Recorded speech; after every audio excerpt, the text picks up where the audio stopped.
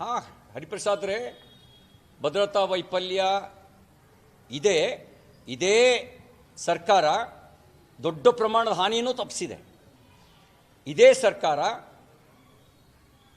ಇರೋ ಕಾರಣಕ್ಕೆ ಯಾವಾಗಲೂ 4 ವರ್ಷಕ್ಕೆ 5 ವರ್ಷಕ್ಕೆ ಒಂದು ದಾಳಿ ಆಗ್ತಾಯಿದೆ. ನಿಮ್ಮ ಪಾರ್ಟಿ ಸರ್ಕಾರ ಇತ್ತಲ್ಲ, ಸೋಮವಾರ, ಮಂಗಳವಾರ, ಬುಧವಾರ, ಗುರುವಾರ, ಶುಕ್ರವಾರ, ಶನಿವಾರ, ಯಾವ ವಾರ ತಪ್ಪಿತ್ತು? ಭಾನುವಾರ ಯಾವ ವಾರ ತಪ್ಪಿತ್ತು?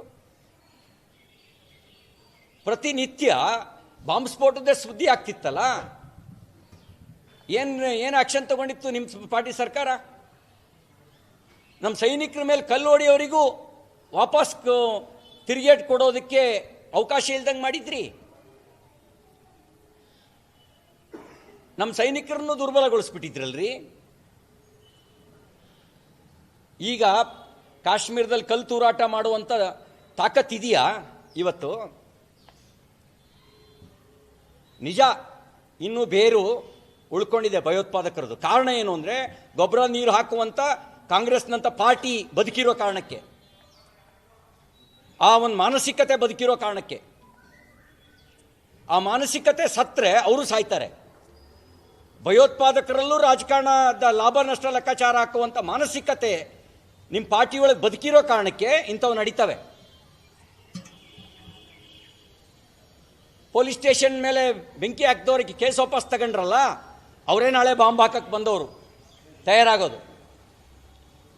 ಕುಕ್ಕರ್ ಬಾಂಬ್ ಇಷ್ಟವ್ರನ್ನ ಬ್ರದರ್ಸ್ ಅಂತ ಕರೆದ್ರಲ್ಲ, ಅವರೇ ನಾಳೆ RDX ತಯಾರು ಮಾಡೋರು, RDX ಬಾಂಬನ್ನು ತಯಾರು ಮಾಡೋರು. ಅವರಿಗೆ ಗೊಬ್ಬರ ನೀರು ಹಾಕುವಂಥ ರಾಜಕೀಯ ವ್ಯವಸ್ಥೆ ಎಲ್ಲಿವರೆಗೂ ಬದುಕಿರುತ್ತೋ ಅಲ್ಲಿವರೆಗೂ ಭಯೋತ್ಪಾದಕರು ಬದುಕಿರ್ತಾರೆ. ಆದರೆ ಭಾರತೀಯ ಜನತಾ ಪಾರ್ಟಿ ಅವ್ರಿಗೆ ಗೊಬ್ಬರ ನೀರು ಹಾಕಲ್ಲ. ಅವ್ರನ್ನ ಬೇರೆ ಸಹಿತ ಕಿತ್ತಾಕೋ ಕೆಲಸವನ್ನು ಮಾಡ್ತೀವಿ. ನೀವು ನಮಗೆ ಪಾಠ ಹೇಳಿ. ಪಾಠ ಹೇಳೋಕ್ಕಿಂತ ಮುಂಚೆ ನಿಮ್ಗೆ ಅಧಿಕಾರ ಇದ್ದಾಗ ನೀವೆಂಗೆ ನಡ್ಕೊಂಡಿದ್ರಿ ಅಂತ ತಿರುಗಿ ನೋಡ್ಕೊಳ್ಳಿ. ಸ್ವಲ್ಪ ತಿರುಗಿ ನೋಡ್ಕೊಂಡು ಪಾಠ ಹೇಳಿ. ಅವತ್ತೇ ಸರ್ಜಿಕಲ್ ಸ್ಟ್ರೈಕ್